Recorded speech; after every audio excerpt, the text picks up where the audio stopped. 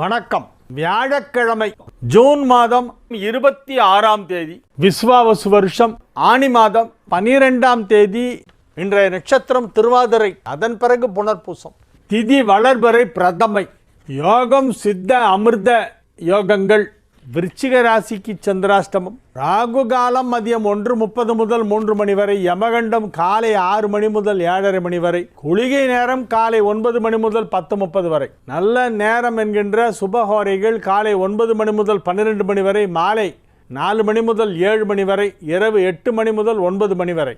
இன்றைய கிரக நிலவரம்: மேஷத்தில் சுக்கிரன், மிதுனத்தில் சூரியன் சந்திரன் குரு, கடகத்தில் புதன், சிம்மத்தில் செவ்வாய் கேது, கும்பத்தில் சனி ராகு. இனி தெரிஞ்சுக்கலாம் வாங்க. அசோகன் கஸ்தூரி, விருதாச்சலம், கடலூர் மாவட்டம் முல்லை நகர் விருதாச்சலத்திலேருந்து கேட்குறாங்க. அசோகன் கஸ்தூரி, நாங்கள் எந்த கோவிலுக்கு சென்று வழிபட வேண்டும்? வீட்டில் சண்டை சச்சரவு எதுவும் இல்லாமல் இருக்க என்ன செய்ய வேண்டும்? எவ்வளவு வருமானம் வந்தாலும் செலவு ஆய்கொண்டே இருக்கிறது. மருத்துவ செலவு அதிகமாக இருக்கிறது. நாங்கள் எந்த கோவிலுக்கு சென்று வணங்க வேண்டும் என்பதை சொல்லுங்கள். மன அமைதி கிடைக்க வேண்டுமானால் நீங்கள் உங்கள் வீட்டிற்கு அருகில் இருக்கக்கூடிய சிவன் கோயிலுக்கு சென்று வாருங்கள். விருத்தகிரீஸ்வரர் விருத்தாச்சலத்தில் உள்ள புகழ்பெற்ற தலம் அது. சிவன் கோவில், விருத்தகிரீஸ்வரர் கோவில் நடுநாட்டு தலங்களிலே மிக முக்கியமானதாக அது கருதப்படுகிறது. அந்த தலத்திற்கு போய் அங்கே பூமிக்கு அடியில் ஒரு பிள்ளையார் இருப்பார். ஆழத்து பிள்ளையார், பள்ளத்து பிள்ளையார் என்றெல்லாம் சொல்வார்கள். அந்த பிள்ளையாரை இந்த படி இறங்கி கீழே போய் அவரை தரிசனம் பண்ணிட்டு வேண்டிட்டு வாங்க. உங்களுக்குள்ள சண்டை சச்சரவு வராது. ஓரளவு வசதியாக வாழ்வதற்கு அவர் அருள் புரிவார். குடும்பம் அமைதியாக இருக்கும். எப்போ முடியுதோ அப்போ ஒரு தரம் வடக்க பிரயாணம் போயிட்டு வாங்க. அலகாபாத், காசிலாம் போயிட்டு வாங்க. பிரயாக்ராஜ், அலகாபாத்துக்கு இப்போ பெயர் மாற்றம் செய்து பிரயாக்ராஜ் என்று அழைக்கப்படுகிறது. திரிவேணி சங்கமம். இந்த திரிவேணி சங்கமத்திலலாம் குளிச்சுட்டு காசியில் போய் கங்கையிலே நீராடி விஸ்வநாதர் விசாலாட்சியை தரிசனம் செய்து விட்டு வாருங்கள். ரொம்ப அற்புதமான அங்கே நகரத்தார் சத்திரம் ஒன்று கட்டியிருக்காங்க. ரொம்ப அருமையாக இருக்குது அந்த இடம். நம்ம காரைக்குடி சுற்று வட்டாரத்தில் இருக்கக்கூடிய செட்டியார்லாம் தேவக்கோட்டை, காரைக்குடி அந்த பக்கம் இருக்கிற நகரத்தார்னு சொல்லுவோமே, நாட்டுக்கோட்டை செட்டியார், அவங்கெல்லாம் வந்து ஒரு அசோசியேஷன் வச்சு அதில் நிறைய ஃபண்ட்ஸ் கலெக்ட் பண்ணி காசியில் தங்கறதுக்கான ஒரு விடுதி ஏற்பாடு செய்து ரொம்ப வருஷமாக இருக்குது. விடுதி இருக்குது அவங்களுக்கு. இப்போ அதை புதுப்பிச்சு கட்டியிருக்காங்க புதுசாக. நல்ல உபசரிப்பு. நகரத்தார் எப்போவுமே உபசரிப்புக்கு பெயர் போனவங்க. அந்த நகரத்தாருடைய சத்திரம் காசியில் இருக்குது. அதில் போய் ஸ்டே பண்ணலாம். நம்ம தென்னிந்தியாவிலேருந்து வரோம், தமிழ்நாட்டிலேருந்து வரோம் சொன்னால் உடனே ரூம் கொடுத்துருவாங்க. ஃபோன் நம்பர், டீட்டெயில்ஸ் ஏதாவது உங்களுக்கு இங்கே தெரிஞ்சவங்கள்ட்ட, நகரத்தார் கம்யூனிட்டி சேர்ந்தவங்கள்ட்ட கேட்டால் வாங்கி கொடுப்பாங்க. அங்கே ரூம் புக் பண்ணிட்டு கூட நீங்கள் முன்கூட்டி இந்த மாதிரி தெரியப்படுத்திட்டு கூட போகலாம். அது வந்து தங்கறதுக்கு நமக்கெல்லாம் வந்து மொழி பிரச்சனை கிடையாது. அங்கே போய் தங்கிட்டா அது ஒரு சௌரியம். கோவிலில் வந்து விஸ்வநாதருக்கு ஒரு வேளையும் அபிஷேகத்துக்கு நகர்த்தார் சத்திரத்துலேருந்து தான் அபிஷேக சாமான்லாம் போகும். அபிஷேகத்துக்கு தேவையான பால், இளநீர், சந்தனம், பஞ்சாமிர்தம் எல்லாம் தயார் பண்ணி தினமும் 365 நாளும் 2 வேளையும் அபிஷேக சாமான் கொடுக்குற ஒரு பொறுப்பு வந்து நகர்த்தார்கிட்ட இருக்கு. அது அவங்களுடைய உரிமை. அதனால் அங்கே போனீங்கன்னா அந்த அபிஷேகத்துக்கு போகிற அந்த இது பேர் சம்போன்னு சொல்லுவாங்க. எல்லா அபிஷேக சாமானியும் பயபக்தியாக அப்படியே தலைமையில தூக்கி வச்சுட்டு அவங்கெல்லாம் ஓம் நம சிவாய, ஓம் நம சிவான்னு சொல்லிட்டு காசி விஸ்வநாதர் கோயிலில் போய் அதை பண்ணிட்டு வருவாங்க. அந்த சம்பவம் போகும்போது சேர்ந்து நம்மளும் அப்படியே உள்ளே போயிடலாம். அதனால் முடிஞ்சப்போ நீங்கள் வடநாட்டு யாத்திரை போகிறதுக்கு உங்களுக்கு டைம் கிடச்சுன்னா காசிக்கு போயிட்டு வாங்க. காசியில் வெயில் ரொம்ப கடுமையாக இருக்கும். சம்மர்லேயும் போகக்கூடாது, வின்டர்லேயும் போகக்கூடாது. ரெண்டத்துக்கும் நடுவில் தான் போகணும். வின்டரில் போனீங்கன்னா குளிர். எப்போ அது ஜனவரிலாம், டிசம்பர் 10 தேதியிலேருந்து ஜனவரி 20 தேதி வரைக்கும் குளிர் சிவியராக இருக்கும். அந்த ஊர் குளிரை கூட தாங்கலாம். வெயில் ரொம்ப கடுமையாக இருக்கும். அதனால் சம்மரில் போய் மாட்டிக்காதீங்க.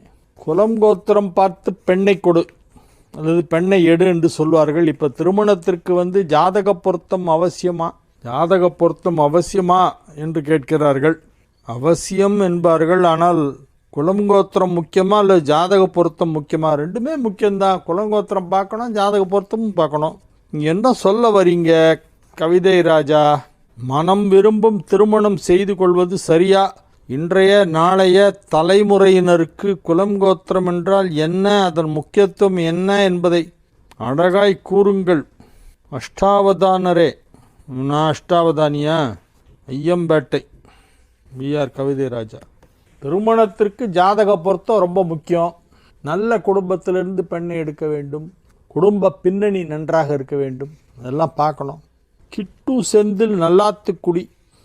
காஞ்சிபுரம் ஏகாம்பரநாதர் திருக்கோவிலில் தலவிருட்சம் மாமரம். 3500 ஆண்டுகள் பழமை வாய்ந்த மரம்.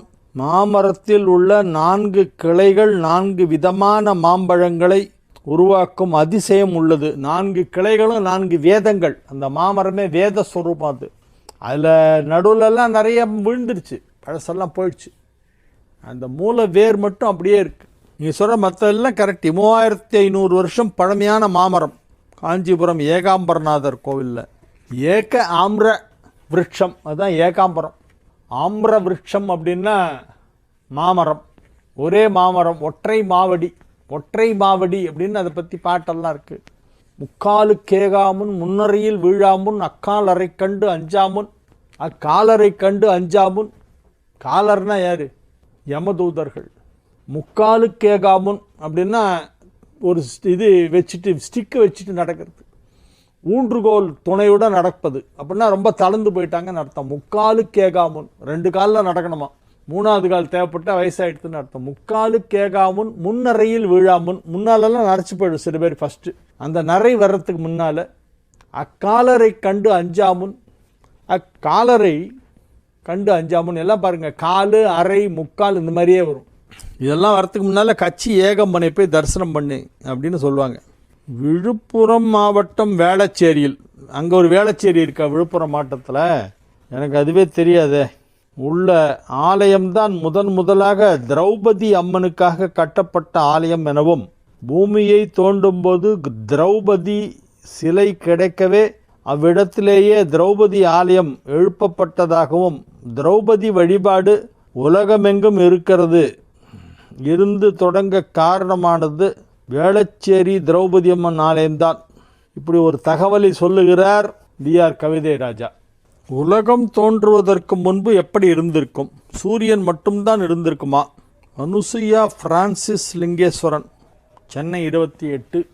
அதெல்லாம் இந்த பழைய விஷயங்களெல்லாம் ஆராய்ச்சி பண்ணி சயின்ஸுலையும் நிறைய சொல்லியிருக்காங்க. சயின்டிஃபிக்காகவும் இதெல்லாம் சொல்லப்பட்டு இருக்கிறது. நிறைய நூல்கள் அதை பற்றின தகவல்கள்லாம் இருக்குது. நல்ல கேள்வி கேட்டிருக்கீங்க. உலகம் தோன்றுவதற்கு முன் எப்படி இருந்தது அப்படின்னு கேட்டால் இப்போ யாருக்குமே தெரியாது. ஏன்னா நாங்களாம் பார்த்ததில்ல, பார்த்தவங்களையும் நாங்கள் பார்த்ததில்ல, பார்த்தவங்க அதை எழுதி வச்சுட்டு போகல. ஸோ எல்லாமே ஒரு கெஸ் தான், இப்படி தான் இருந்திருக்கும் அப்படின்னு ஒரு இமேஜினேஷன் தான் பண்ண முடியும். குமரகுருபரர், பாம்பன் சுவாமிகள், வள்ளலார் சுவாமிகள் போன்று இறைவனை நேரில் காண என்ன செய்ய முடியும்? இந்த 2025 இறைவனை நேரில் காண முடியுமா? இறைவனுடைய அருள் இருந்தால் காண முடியும். பல பிறவிகளிலே அதற்கான முயற்சி செய்தால் தான் கடவுள் தரிசனம் கிடைக்குமா?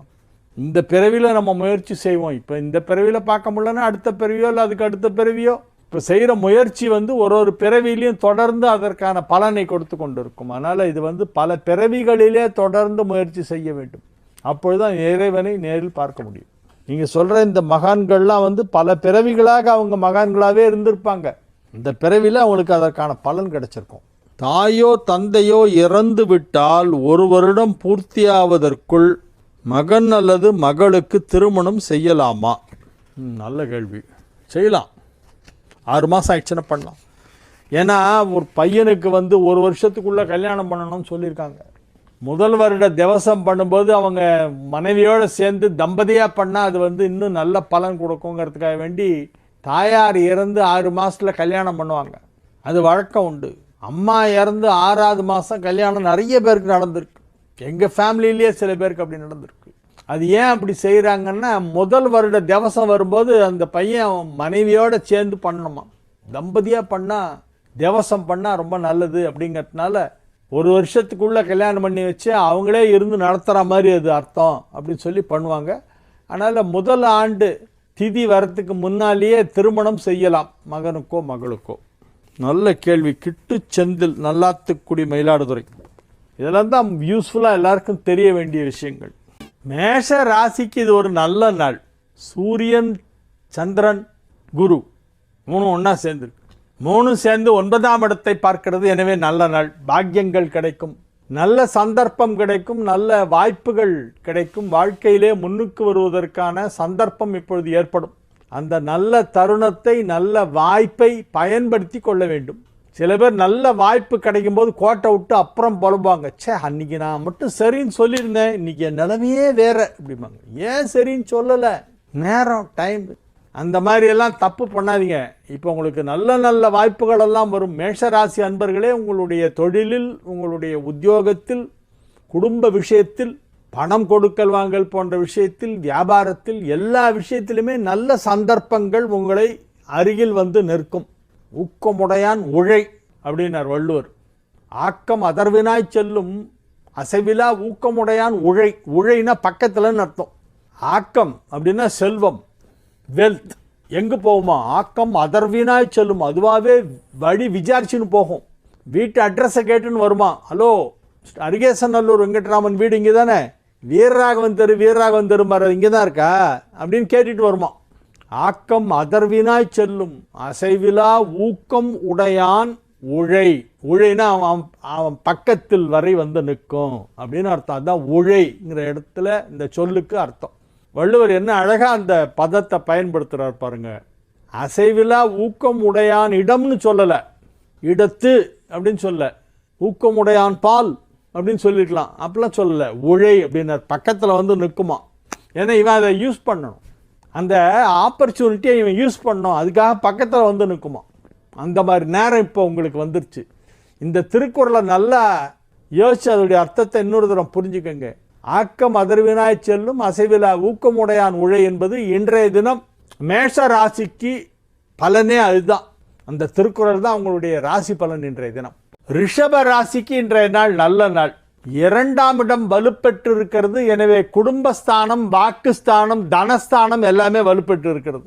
வலுவாக இருக்கிறதுன்னா என்ன அர்த்தம் அப்படின்னா, குடும்பம் நல்லா இருக்கும், நல்ல பண வசதி கிடைக்கும். தனஸ்தானம் வலுப்பெற்று இருப்பதால், வாக்குஸ்தானம் வலுப்பெற்று இருப்பதால் கல்வி நன்றாக வரும், பேச்சு நன்றாக இருக்கும். உங்களுடைய பேச்சு திறமையினால நீங்கள் பேசியே எல்லாரையும் அப்படியே கவர் பண்ணிடுவீங்க. உங்களுடைய பேச்சை கேட்டு எல்லோரும் அந்த பேச்சிலே மயங்கி நீங்கள் சொன்னதை கேட்பார்கள். அவ்வளவு இனிமையாக, அழகாக, கோர்வையாக எடுத்து பேசக்கூடிய ஒரு நாவன்மை உங்களிடத்திலே இருக்கிறது. இந்த பேச்சு திறத்தாலே உலகத்தினை பாலித்திட வேண்டும் என்று நீங்கள் உலகத்தையே பாலித்து விடக்கூடிய அளவிற்கு மிகப்பெரிய ஒரு பேச்சாளராக இன்றைய தினம் விளங்குவீர்கள். பேச்சை தொழிலாக கொண்டவர்களுக்கு இது மிகச் சிறப்பான நாள். நன்மைகள் அதிக அளவிலே நடைபெறக்கூடிய நல்ல நாள். மிதுன ராசிக்கு இன்றைய நாள் நல்ல நாள். வலுவான நிலையிலே கிரகங்கள் எல்லாம் அமைந்திருக்கின்றன. ராசி அதிபதி புதன் ராசியிலே இருந்து 2ஆம் இடமான கடகத்திலே இருக்கிறது. 2ஆம் இடத்திலே ராசி அதிபதி அமர்ந்து கொண்டிருப்பதோடு மட்டுமின்றி அந்த 2 குடைவனும் பரிவர்த்தனை பெற்றிருக்கிறது. புதன் வீட்டில் சந்திரன், சந்திரன் வீட்டில் புதன் என இடமாற்றம் பெற்றிருப்பதால் இதற்கு பரிவர்த்தனா யோகம் என்று பெயர். ஒரு கிரகத்தின் வீட்டிலே மற்றொரு கிரகமும் அதன் வீட்டிலே இதுவுமாக மாறி இருந்தால், இடமாற்றம் பெற்றிருந்தால் அதற்கு பரிவர்த்தனை என்று பெயர். Inter exchange of houses.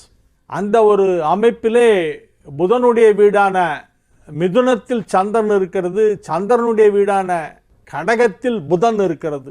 எனவே இன்றைய நாள் மிதுனத்திற்கும் நல்ல நாள், கடகத்திற்கும் நல்ல நாள். மிதுன ராசி அன்பர்களுக்கு இப்பொழுது தொழிலிலே பெரிய வளர்ச்சி ஏற்படும். 10 குடையவன் ராசியிலே வந்து ராசி அதிபதியோடும் சந்திரனோடும் நல்லிணக்கமாக இருக்கிறது. ராசி அதிபதியோடு சேர்ந்து இல்லையே ஒழிய அதன் வீட்டிலே அமர்ந்து கொண்டு நன்மை செய்து கொண்டிருக்கிறது. குருச்சந்திரன் சேர்க்கை ஏற்பட்டு இருக்கிறது, அது ஒரு பெரிய யோகம். எனவே மிதுனத்திற்கு இந்த நாள் நல்ல நாள், மகிழ்ச்சியான நாள், வெற்றிகரமான நாள், வியாபார வளர்ச்சி ஏற்படுகின்ற நாள், பொருளாதாரத்திலே நல்ல முன்னேற்றம் ஏற்படுகின்ற நாள். திருமண வயதில் உள்ள மிதுன ராசியினருக்கெல்லாம் இப்பொழுது திருமணம் தேதி முடிவு செய்யப்படும். கடக ராசிக்கு இன்றைய நாள் மிகச் சிறப்பான நாள். தாய் மாமாவால் யோகம். என் மாம ஒரு மல்லிகப்பு கொடுத்தான் அப்படின்னு பாட்டெல்லாம் பாடுவீங்க. மகிழ்ச்சியான நல்ல நிகழ்ச்சிகளிலே கலந்து கொள்ளக்கூடிய நாளாக இந்த நாள் விளங்கும். உற்றார் உறவினர்கள் நண்பர்கள் பலரையும் சந்தித்து அவர்களோடு கலகலப்பாக சிரித்து மனம் விட்டு பேசக்கூடிய வாய்ப்பு இன்று உருவாகும். உங்கள் இல்லத்திலே சுப நிகழ்ச்சி நடைபெறும். இல்லம் கோலாகலமாக விழாக்கோலம் போன்றிருக்கும். மகிழ்ச்சியான நல்ல நிகழ்ச்சிகளிலே கலந்து கொள்வதால் மனதிலே ஒரு உற்சாகம் ஏற்படும், சந்தோஷம் ஏற்படும்.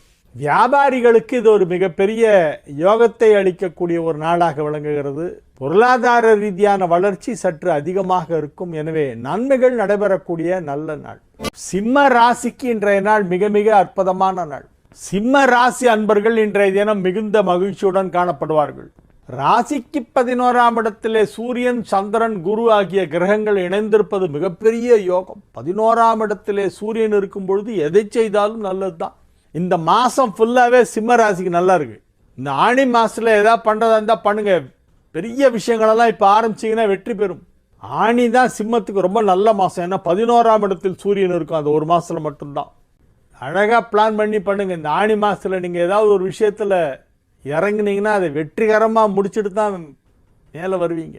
வெற்றிகரமாக உங்கள் பணிகளெல்லாம் முடியக்கூடிய நல்ல நேரம் வந்திருக்கிறது. எதை செய்தாலும் அதில் வெற்றி நிச்சயம். இன்று துவக்கம் செய்யுங்கள். இன்றைய நாள் சிம்ம ராசிக்கு நன்மைகள் நடைபெறக்கூடிய நல்ல நாள். 11ஆம் இடத்திலே சூரியன் சந்திரன் குரு சேர்க்கை. எனவே இது ஒரு மிகச் சிறப்பான நல்ல நாள். புதன் சந்திரன் பரிவர்த்தனை ஏற்பட்டிருப்பதால் புதனும் வலுவாகத்தான் இருக்கிறது. எனவே நல்ல நாள். கன்னி ராசிக்கு இன்றைய நாள் மிக மிக அற்புதமான நன்மைகள் எல்லாம் நடைபெறப் போகின்றன. 8ஆம் இடத்திலே சுக்கிரன் இருப்பதால் குடும்ப வாழ்க்கை நன்றாக இருக்கும். 10ஆம் இடத்திலே சூரியன் சந்திரன் குரு இணைந்திருப்பதால் தொழில் வளர்ச்சி நன்றாக இருக்கும். எடுத்த காரியம் வெற்றிகரமாக நடந்து முடியும். நினைத்ததையெல்லாம் நினைத்தபடியே செய்து விடுவீர்கள். அத்தகைய ஆற்றல் உங்களுக்குள் இருக்கும். ஆற்றலும் இறையருளும் ஒன்றாக சேர்ந்தால் வெற்றி கிடைக்கும். இப்போ வெற்றி எப்படி கிடைக்கும்? ஒரு செயலில் ஈடுபடும் பொழுது எப்படி வெற்றி கிடைக்கும் அப்படின்னா, திறமையும் கடவுளுடைய ஆசியும் ஒன்றா சேரணும். திறமையும் இருக்கணும், கடவுளுடைய அனுகிரகமும் இருக்கணும். அப்போ தான் அது வெற்றியில் போய் முடியும். இப்பொழுது அத்தகைய ஒரு நேரம் வந்திருக்கிறது. உங்கள் திறமைகள் வெளிப்படுகின்ற நல்ல நேரம். உங்கள் திறமைகளை வெளிப்படுத்துவதற்கு ஏற்ற சந்தர்ப்பங்களை இறைவன் உருவாக்கி தருவான்.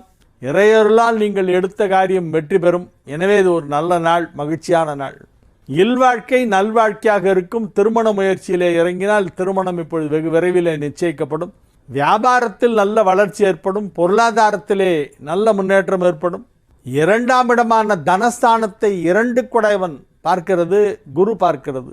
2 குடையவனும் பார்க்கிறது, குருவும் பார்க்கிறது. எனவே தனஸ்தானம் வலுப்பட்டு இருக்கிறது, குடும்பஸ்தானம் வலுப்பட்டு இருக்கிறது, வாக்குஸ்தானம் வலுப்பட்டு இருக்கிறது. எனவே நன்மைகள் அதிக அளவில் நடைபெறக்கூடிய நல்ல நாள். துலா ராசிக்கு இது ஒரு மகிழ்ச்சியான நாள். துலா ராசி அன்பர்களுக்கெல்லாம் இன்னைக்கு ரொம்ப நல்லா இருக்கு. சந்தோஷமா இருப்பாங்க. ஆரோக்கியம் நல்லா இருக்கும். வியாபாரம் நல்லா நடக்கும். வருமானம் நிறைய வரும். நிறைய பணம் வரும். செல்வ செழிப்பு ஏற்படக்கூடிய நல்ல நேரமாக இந்த நேரம் விளங்குகிறது. அனைத்து விதமான நன்மைகளும் நடைபெறக்கூடிய நல்ல நாள். 2 குடையவன் 11ஆம் இடத்திலே இருக்கிறது. தனஸ்தான அதிபதி லாபஸ்தானத்திலே இருப்பதால் பொருளாதார வளர்ச்சி. ராசி அதிபதி ராசியை பார்த்து கொண்டிருக்கிறது என்பது மற்றொரு சிறப்பு. குரு ராசியை பார்க்கிறது என்பது அதை காட்டிலும் சிறப்பு. எனவே துலா ராசிக்கு நன்மைகள் அதிக அளவில் நடைபெறுகின்ற நல்ல நாள். விருச்சிக ராசிக்கு இன்னைக்கு சந்திராஷ்டமம் இருக்கு. எனவே புதிய முயற்சிகளில் இறங்க வேண்டாம். தந்தை இல்லாதவர்கள் மட்டும் முன்னோர் வழிபாடு செய்யணும், மற்றவங்க செய்யக்கூடாது, பேசாமல் இருக்கணும். தான தர்மங்கள் செய்யலாம். கோசாலைக்கு போய் அங்கே இருக்கிற பசுமாட்டுக்கெல்லாம் புல்லுக்கட்டு அகத்திக்கீரையெல்லாம் வாங்கி கொடுக்கலாம். இன்றைக்கி அது பண்ணுறது தான் நல்லது. தனுசு ராசிக்கு இன்றைய நாள் நன்மைகள் நடைபெறக்கூடிய நல்ல நாள். மாணவர்கள் நன்றாக படிப்பார்கள். கல்வியிலே ஆர்வம் ஏற்படும். அதிகமாக படிக்க வேண்டும் என்ற ஒரு எண்ணம் ஏற்படும். மகிழ்ச்சியான நல்ல நிகழ்ச்சிகளிலே கலந்து கொள்ளக்கூடிய வாய்ப்பு இன்று உருவாகும். ராசி அதிபதி குரு ராசியை பார்த்து கொண்டிருக்கிறது 7ஆம் இடத்திலிருந்து. எனவே மகிழ்ச்சியான நல்ல நாளாக இந்த நாள் விளங்கும். ஆரோக்கியம் நன்றாக இருக்கும். பொருளாதாரத்தில் நல்ல வளர்ச்சி ஏற்படும். பிள்ளைகளால் ஒரு சிலருக்கு செலவு அதிகமாக ஏற்படும். பசங்க பெரிய அமௌண்ட்டாக செலவு இழுத்து விட்டுருவாங்க. பண்ணி தான் ஆகணும். நம்ம பசங்க நம்ம செலவு பண்ணுறோம், அதுக்கு எதுக்கு கவலைப்படணும்? பண்ணுங்க, தைரியமாக பண்ணுங்க. உங்கள்கிட்ட இருக்குல்ல, பசங்களுக்கு தானே செலவு பண்ணுறீங்க, பண்ணுங்க. எனவே இது ஒரு நல்ல நாள். மகர ராசிக்கு இன்றைய நாள் மகிழ்ச்சியான நாள். மகர ராசி அன்பர்கள் ஆரோக்கியத்தில் மட்டும் சற்று அதிக கவனம் செலுத்த வேண்டும். வியாபாரம் நன்றாக நடைபெறும், பண வரவு அதிகமாக இருக்கும், குடும்பம் அமைதியாக இருக்கும், குடும்பத்தில் சுப நிகழ்ச்சிகள் நடைபெறும், பணம் கொடுக்கல் வாங்கல் வெகு சிறப்பாக நடைபெற்று கொண்டிருக்கும். அனைத்து விதமான நன்மைகளும் நடைபெறக்கூடிய நல்ல நாளாக விளங்குகிறது. ஆனால் ஆரோக்கியத்திலே அதிக கவனம் செலுத்த வேண்டும். கும்ப ராசிக்கு இன்றைய நாள் நல்ல நாள். ஆறுக்குடையவன் தன் வீட்டிற்கு பின் வீட்டிலே இருப்பதால் யோகம். ஆறுக்குடையவன் ஆறில் வலுக்காமல் தன் வீட்டிற்கு பின் வீடான 5ஆம் இடத்திலே, 6க்கு 12ஆம் இடமான 5ஆம் இடத்திலே இருப்பதால் நன்மை. எதிரியோட கை ஓங்கலை, உங்கள் கை தான் ஓங்கி இருக்கு அப்படின்னு அர்த்தம். 6ஆம் இடம் வலுத்தா எதிரி கை ஓங்கிடுத்துன்னு அர்த்தம். உங்களுக்கு தான் இப்போ பலம் ஜாஸ்தி. எனவே இது ஒரு நல்ல நாள். நீங்கள் எதை செய்தாலும் அதிலே வெற்றி கிடைக்கும். வியாபாரத்தில் புதிதாக ஏதேனும் செய்யலாம். புதிய அதிநவீன யுக்திகளை உங்கள் தொழிலிலே நீங்கள் புகுத்தலாம். ஆன்லைன் பிஸ்னஸை டெவலப் பண்ணுங்க, பெரிய லெவலில் உங்களுக்கு கை கொடுக்கும். உங்களுடைய வியாபாரத்தை இப்பொழுது செய்து கொண்டிருக்கும் இந்த வியாபாரத்தை இன்னும் கூட சிறப்பாக செய்ய வேண்டுமானால் அதை ஆன்லைன் மூலமாக செய்வதற்கான டெக்னிக்கல் நோஹவ் யாராவது கொடுப்பாங்க, அது அப்படியே இம்ப்ளிமெண்ட் பண்ணுங்கள். அந்த இம்ப்ளிமெண்டேஷனை இன்றைக்கி நீங்கள் பண்ணலாம். ஆன்லைன் மூலமாக பிஸ்னஸ் செய்தால் இன்னும் கூட அதிகமாக வருமானம் வரும். அதற்கு தேவையான எக்யூப்மெண்ட்ஸ் எல்லாம் வாங்கி அதுக்கு டெக்னிக்கலான நாலேஜ் இருக்கணும் இல்லையா, அதை ஆப்ரேட் பண்ணுறதுக்கு அதெல்லாம் பண்ணி பேமெண்ட் மோடு எப்படிலாங்கிறது எல்லாத்தையும் செக் பண்ணி அதுக்கான ஒரு கேட்வே யாராவது ஃபிக்ஸ் பண்ணி பேமெண்ட் கேட்வேலாம் ரெடி பண்ணி உங்களுக்கு ஆன்லைன் மூலமாக பேமெண்ட் வரத்துக்கான தொழில்நுட்பத்தை கற்றுக்கொண்டு அதை நீங்கள் முறைப்படி தெரிந்து கொண்டு டெக்னிக்கலாக அதில் இருக்கக்கூடிய சின்ன சின்ன ஸ்நாக் என்னங்கிறதெல்லாம் புரிஞ்சுக்கிட்டு அதை நீங்கள் இம்ப்ளிமெண்ட் பண்ணுறதுக்கு ட்ரை பண்ணிங்கன்னா உங்களுக்கு அது வெற்றிகரமாக நடைபெறும். மீன ராசிக்கு இன்றைய நாள் நல்ல நாள், மகிழ்ச்சியான நாள், வெற்றிகரமான நாள். உங்கள் இல்லம் விழாக்கோலம் பூண்டு நிற்கும். இல்லத்திலே உள்ளவர்கள் எல்லோரும் உங்கள் உள்ளத்திலே இடம் பிடிக்க முயற்சி செய்வார்கள். இல்லத்தில் மகிழ்ச்சி வெள்ளம் பொங்கி எழுகின்ற நல்ல நேரம். வியாபாரிகளுக்கு மிகச்சிறப்பான நன்மைகள் நடைபெறக்கூடிய நல்ல நாள். 4, 7 ஆகிய 2 கேந்திரங்களுக்கு அதிபதியான புதன் இப்பொழுது 5ஆம் இடமான பூர்வ புண்ணிய ஸ்தானத்தில் அமர்ந்து கொண்டு உங்களுக்கு மிகப்பெரிய நன்மையை செய்து கொண்டிருக்கிறது. ராசி அதிபதி 4ஆம் இடத்திலே அமர்ந்து கொண்டு 5க்குடைய சந்திரனோடு இணைந்து கஜகேசரி யோகத்தை ஏற்படுத்தி மகிழ்ச்சியான நல்ல செய்திகளை எல்லாம் கொண்டு வருகிறது. நல்ல செய்திகள் வந்து சேரும், நன்மைகள் நடைபெறும், வியாபாரத்தில் மிகப்பெரிய வெற்றி கிடைக்கும். உத்தியோகத்தில் இருப்பவர்களுக்கு பதவி உயர்வு கிடைப்பதற்கான வாய்ப்பு மிகவும் வலுவாக காணப்படுகிறது. பணம் கொடுக்கல் வாங்கல் சீராக நடைபெற்று கொண்டிருக்கும். மகிழ்ச்சியான சூழ்நிலையிலே நீங்கள் இருப்பீர்கள். வெற்றிகரமாக உங்கள் பணிகளை செய்து முடிப்பீர்கள். இது ஒரு மிகச் சிறப்பான நல்ல நாள். வாழிய செந்தமிழ், வாழ்க நற்றமிழர், வாழிய பாரத மணித்திருநாடு. வந்தே மாதரம், வந்தே மாதரம், வந்தே மாதரம்.